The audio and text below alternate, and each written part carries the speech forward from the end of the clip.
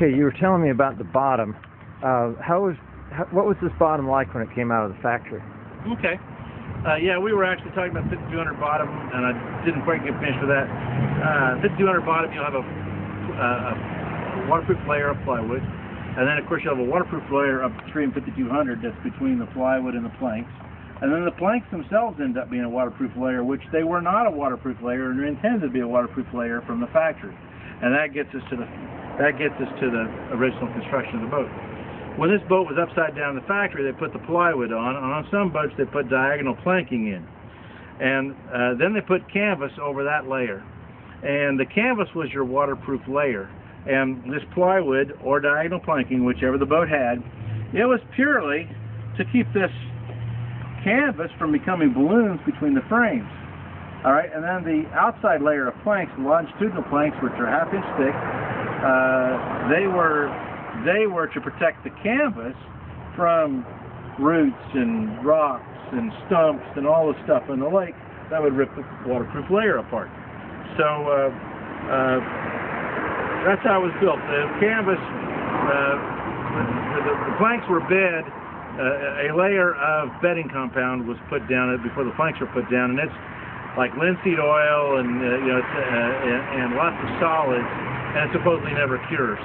But eventually the oils would leach out, and eventually this stuff does harden.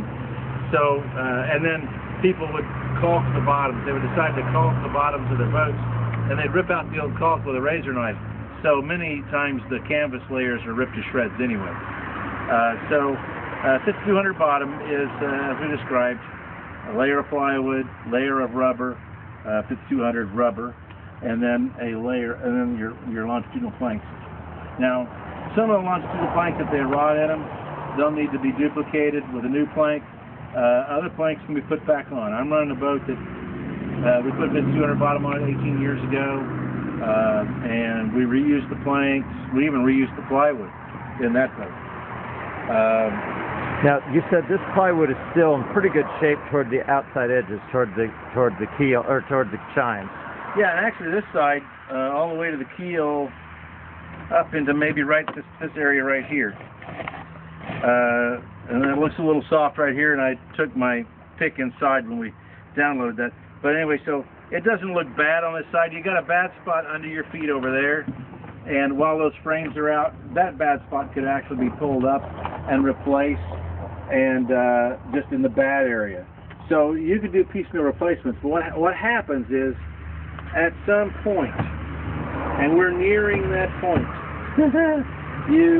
all of the little repairs in the many different spots becomes more work than just taking the bottom off and getting it over with and putting the new bottom on. Okay. And you're right now you could go either way, and I would suggest a new bottom, just because working in several separate areas, and if you get all done and then you find another area that's gone undetected, your heart will sink. So, and that's happened to me before. Okay. Your heart will sink, and you'll have more work to do, and then at that point you'll realize it would have been better just to put a new bottom on. So, and these frames right here that were in question, those will be much easier to do with the bottom off, and you can do them in one piece, and you do them from the outside of the boat, and they're easy to fare in. So even the time that you save on those two frames by having the bottom off is, probably to your advantage. Okay, so you think that these 2 frames or 3 frames here I'd need to replace, but other than that, the frames look okay. Not bad. Okay, yeah. What about these intermediate little stringers here?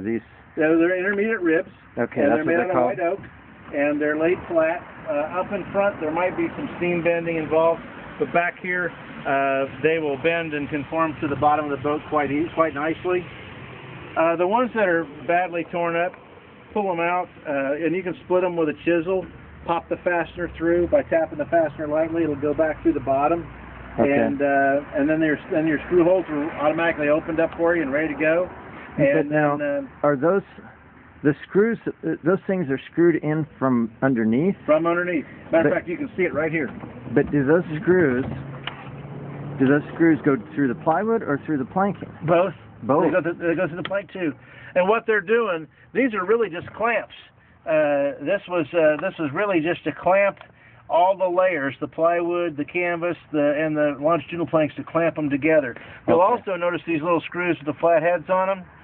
You won't need them again if you do a 5200 bottom.